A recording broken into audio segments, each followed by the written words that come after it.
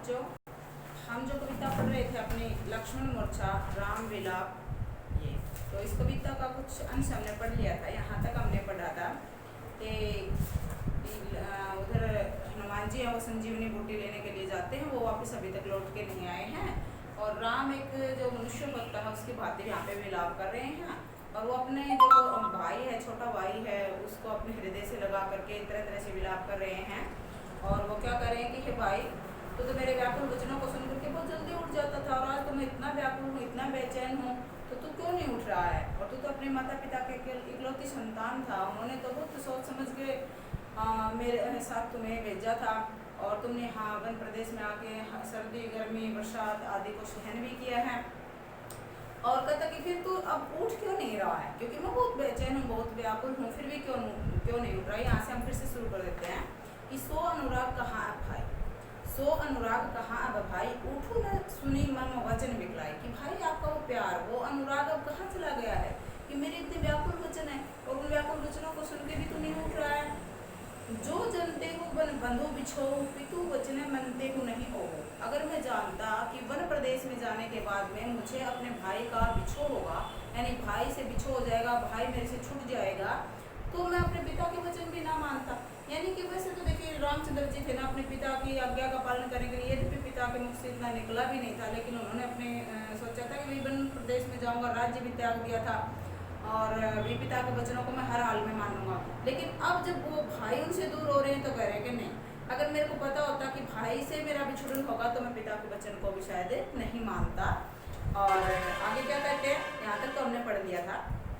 सुत बित नारी भवन परिवारा, होई जाही जग बाही बारा, अस विचारी जे चाकू ताता, मिली न जगत सहोदरे भ्राता। सुत, सुत क्या होता है? बेटा। बित जो धन दौलत होती है, नारी औरत स्त्री पत्नी, भवन जो घर होता है, परिवार जो मकान होता है वो कह सकते हो आप, और परिवार।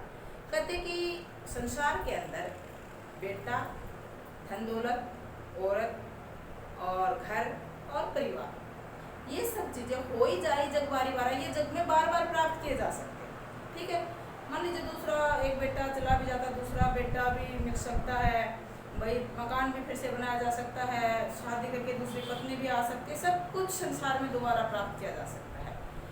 लेकिन अस विचारी जी जागू ताता, मिली न जगत सहोदर भ्राता। और क्या कहते हैं कि हे भाई, ये विचार करके आप तुरंत जाग जाओ कि जो सहोदर होता है, वैसे सहोदर वो होता है जो एक उधर से पैदा हुए हों, उसको सगा भाई हम बोल सकते हैं कि सगा भाई संसार में दोबारा से प्राप्त नहीं होता है, वही सगा भाई सहोदर भाई। वैसे तो देखो राम और लक्ष्मण की माता अलग अलग थी, लेकिन यहाँ पे राम को लक्ष्मण अपना सगा भाई, यानी कि उसे लगता है कि वो एक ही उधर से पैदा हुए भाई से भी बढ़ के हैं, इसलिए कहता है कि सगा भाई संसार के अंदर दोबारा प्राप्त नहीं किया जा सकता है। इसलिए ये विचार करके ही तुम्हें जाग जाओ। जथा पंख बिनु खग अति दीना, मणि बिनु फनी करीबर करहि ना। अब यहाँ पे देखो, जैसे ये कहता है कि जैसे पंख के बिना, तो यहाँ पे उदाहरण अलंकार हो जाता है कि जथा पंख बिनु खग अति दीना, जिस प्रकार से पंखों के बिना पक्षी अत्यंत दीन होता है। अब पंखों के बिना मान लीजिए किसी पक्षी के पर नहीं रहे, पंख नहीं रहे, तो वो उड़ नहीं सकता, तो उसकी दशा तो बड़ी दीन हो जाएगी, वो अत्यंत दीन होता है। और मणि बिनु फनी, फनी क्या होता है? सांप होता है, और वो मणि के बिना दीन होता है। सांप के अगर मणि नहीं है तो उसकी कोई महत्व नहीं है, तो मणि के बिना सांप। करीबर करहि ना, करीबर क्या होता है? हाथी, और कर क्या होती है? जो उसकी सूंड होती है वो, और बिना सूंड के बिना हाथी होता है वो दीन होता है, क्योंकि हाथी होता है वो भी अपना सारा काम अपनी सूंड से ही तो करता है। इसलिए क्या कहता है कि जिस प्रकार से पंखों के बिना पक्षी, मणि के बिना सांप और सूंड के बिना हाथी अत्यंत दीन होता है। असमम जीवन बंधु बिन तो भी, जो जड़ देव जीवावा मोहि। फिर कहने लगे कि हे भाई, तुम्हारे बिना मेरा जीवन भी कुछ ऐसा ही होगा, यानी अत्यंत दीन होगा। अगर तू नहीं रहा तो मेरा जीवन, अगर मेरे को जिंदा रहना भी पड़ा ना, तो ठीक मेरी स्थिति वैसी होगी जैसे पंखों के बिना पक्षी की, सूंड के बिना हाथी की, और मणि के बिना सांप की होती है। कहता कि उसके बाद भी ऐसी दीनहीन दशा होने के बाद भी, अगर मान लीजिए मेरे को भाई जीना भी पड़े, ठीक है, इस जर्जर अवस्था के अंदर, इस जड़ अवस्था के अंदर अगर मेरे को अगर भाई भगवान या देव जिंदा भी रखे और जीना भी पड़े, तो मेरी दशा होगी वो अत्यंत दीन होगी। जहु अवध कवन मूलाही नारी हेतु प्रिय भाई गवाई। बरु अब जस सहतेऊ जगमाही नारी हानि विशेष क्षति नाही। फिर क्या कहते हैं यहाँ पे देखिए, जहु अवध कवन मूलाई, अवध प्रदेश में क्या मुँह लेकर के जाऊंगा मैं। अब जिस अवध प्रदेश में मैं अपने भाई को साथ लेकर के आया था, जिस माता पिता ने अपनी इकलौती संतान को मेरे हाथ सौंपा था, अब वहाँ मैं किस मुँह कैसे चला जाऊँ, तेरे को खो करके वहाँ किस मुँह से चला जाऊँगा। नारी हेतु प्रिय भाई गवाई, सब क्या कहेंगे मुझे कि अपनी पत्नी के लिए अपने भाई को गवा दिया। ठीक है, तो कितना पीएस होगा ये तो कि पत्नी के लिए भाई को गवा दिया। तो आगे क्या कहते हैं, बरु अब जस सहते जगमाई, ये अपयस तो पूरे संसार के अंदर फैलेगा, मुझे सहन करना ही पड़ेगा। ठीक है, ये भी एक अपयस होता है कि अपनी पत्नी को खो देना, ये तो सहन करना ही पड़ेगा। ये तो नारी हानि विशेष क्षति नहीं, लेकिन मैं मानता हूँ कि भाई की हानि के आगे जो नारी या पत्नी की हानि थी वो विशेष हानि नहीं थी, वो हानि इतनी खास नहीं थी जितनी हानि भाई की हानि होती है। यानी कि एक थोड़ा सा इन पंक्तियों को पढ़ के हमें, जैसे तुलसीदास ने उस समय के चित्रण का भी, जैसे समाज का चित्रण भी किया है कि वहाँ पे जैसे भाई की तुलना में जैसे नारी को, मतलब जो व्यक्ति भी नारी की बजाय मतलब भाई को विशेष महत्व देते थे और नारी की को तो विशेष हानि नहीं मानते थे, तो यानी उस समय समाज का चित्रण भी उन्होंने कुछ किया है यहाँ पे।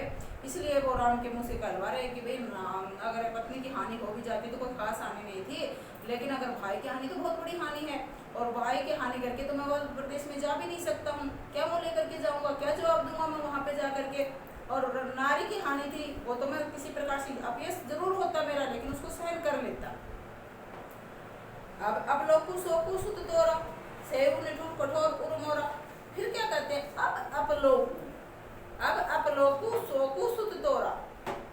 भाई यहाँ पे सुत वैसे तो बेटा होता है, लेकिन यहाँ अपने छोटे भाई को वो कह रहा है, कहता कि हे भाई, अब ये अपयश है वो तो संसार में फैलेगा, लेकिन उसके साथ साथ तेरा शोक होगा मेरे ऊपर वो अलग से। यानी कि एक तो तू नहीं रहेगा, एक तो ये अपयश के अपनी नारी को गंवा दिया, दूसरा कि तेरा शोक है, तू नहीं रहने वाला है मेरे पास। वो सेव निठुर कठोर मोरा, मेरा ये कठोर हृदय किस प्रकार से सहन कर लेगा। अगर किसी प्रकार से मैंने इतना कठोर हृदय बना लिया और वो सहन कर भी लेगा, तो आगे क्या होगा कि मेरा कठोर हृदय तो सहन कर लेगा, लेकिन उनका क्या होगा जिसके तू अकेली संतान है, उसके लिए बोलते हैं कि निज जननी के एक कुमारा तात तसु तुम प्राण आधारा। तू अपनी माता की इकलौती संतान है, और हे तात हे भाई, तू तो उनके प्राणों का आधार है। तो निज जननी के एक कुमारा, अपनी माँ का तो इकलौती संतान है, और ये भाई तू उसके प्राणों का आधार है। सोपे ही मोही तुम्हें दही पानी, सब विधि सुखद परम हित जाने।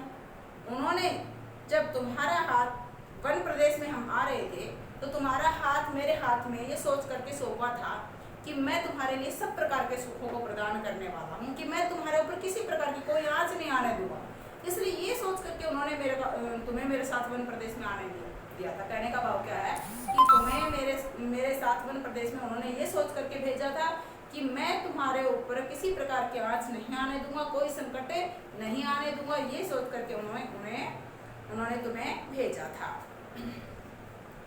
उतरे कहाँ देहूं देही जाए, उठी कि न मोही सिखाओ भाई। अब कहने लगे कि भाई अब तो खड़ा होके मेरे को ये बता कि मैं उनको जा करके क्या उत्तर दूं, बस और कुछ मैं कैसे सहन करूँगा, क्या करूँगा वो तो जाने दे, लेकिन मेरे को बस एक ही उत्तर दे दे खड़ा होके कि मैं उस माता पिता को, उस माँ को क्या जवाब दूं जिसने सब प्रकार के हितों को, तुम्हारे हितकारी होते हुए मैं तुम्हारा बहुत बड़ा हितकारी हूँ, तुम्हारे ऊपर आँच नहीं आने दूंगा, ये सोच करके तुम्हें मेरे साथ वन में भेजा था। बहुविधि सोचित सोच विमोचन, सर्वत सलिल राजीव दल लोचन, उमा एक अखंड रघुराई, नरगति भगत कृपाल दिखाई।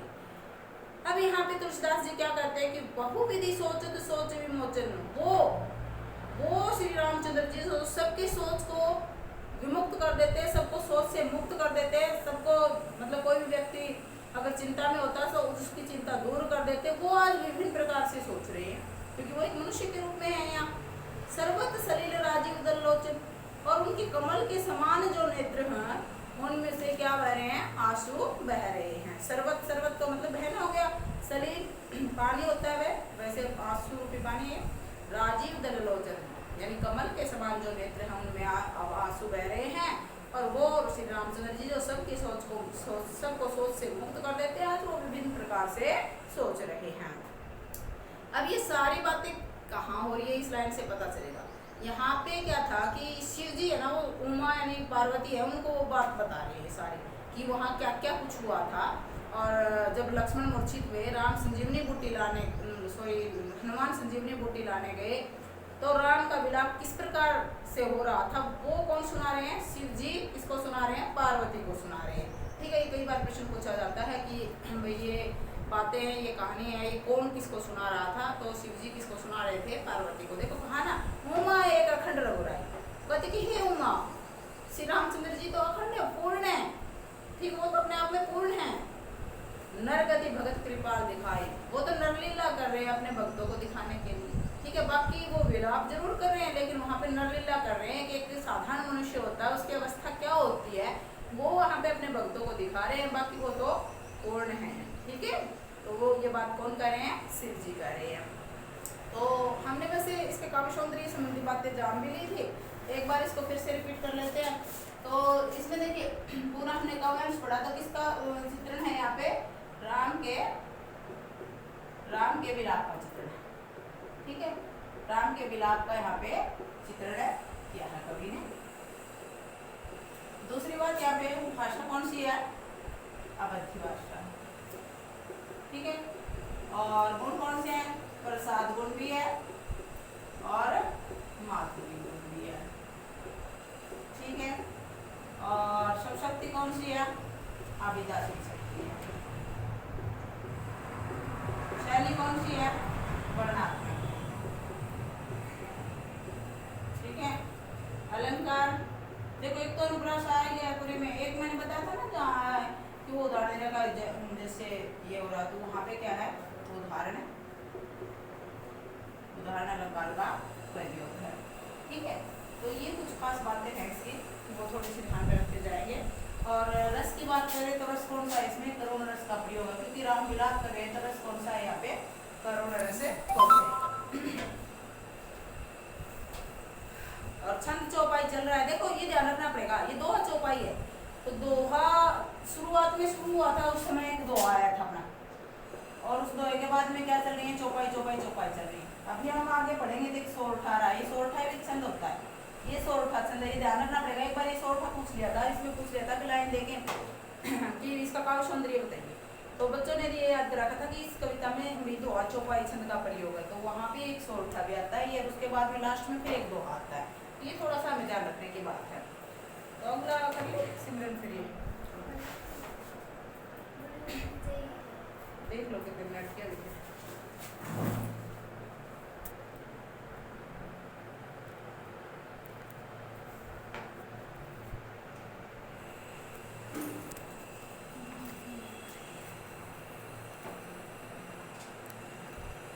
क्या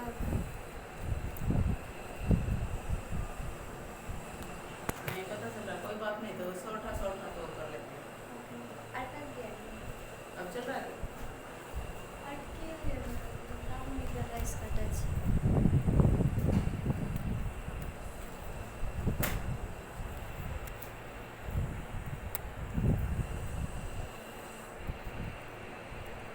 देखना आप क्या चल रहा है। चलो आगे एक सोरठा है, ये सोरठा और हम कर लेते हैं। तो ये सोरठा है, तो इसमें सोरठा ही छंद है। प्रभु प्रलाप सुनी, कान विकल भय वानर निकर, आई गई हनुमान जिमी करुणा में वीर रस। इसमें क्या होता है कि प्रभु के जो प्रलाप को सुन करके, प्रभु जो विलाप कर रहे थे उसको सुन करके, वहाँ जितने भी बंदर और भालू थे वो सारे के सारे क्या हो गए? विकल हो, बेचैन हो। प्रभु प्रलाप सुनी कान विकल भय वानर निकर, जितने भी भालू और बंदर थे वो सारे के सारे बड़े बेचैन हो गए, क्योंकि प्रभु श्री रामचंद्र जी थे, वो खुद इतना प्रलाप कर रहे थे, खुद इतना विलाप कर रहे थे। आई गई हनुमान जिमी करुणा में वीर रस। उसी समय क्या होता है कि हनुमान का आगमन होता है, और हनुमान का आगमन किसके समान होता है? करुणा में वीर रस के समान होता है। देखो करुणा में वीर रस, करुणा किस प्रकार से थी कि सभी विलाप कर रहे थे, रो रहे थे कि लक्ष्मण पता नहीं बच पाएंगे कि नहीं, हनुमान पता नहीं समय पे आ पाएंगे कि नहीं। तो पूरी की पूरी सभा के अंदर विलाप हो रहा था। और हनुमान का आगमन होता है तो सबके सब क्या करने लगे, सब में जोश आ गया, सब हनुमान की जय जयकार करने लगे। तो देखो वहाँ करुण रस चल रहा था और हनुमान का होते ही सब में जोश आ जाता है, तो क्या आ गया, वीर रस आ गया। तो यही बताया इस ओटे के माध्यम से कि प्रभु को प्रलाप करते देख करके वहाँ जितने बंदर और भालू थे, क्योंकि उन्हीं की सेना थी उनके पास, तो सारे के सारे विलाप कर रहे थे। तभी वहाँ पे हनुमान जी का आगमन होता है और वो आगमन इस प्रकार से होता है जैसे करुण रस के अंदर वीर रस का आगमन हो गया। ये क्या था, एक सोटा था। तो भाई थोड़ा सा ये रह गया, फिर ये कल करेंगे तो, क्योंकि ज़्यादा लंबी हो जाएगी। फिर ये करके फिर कल प्रश्न भी कर लेंगे इसके साथ साथ, ओके ना पढ़ते।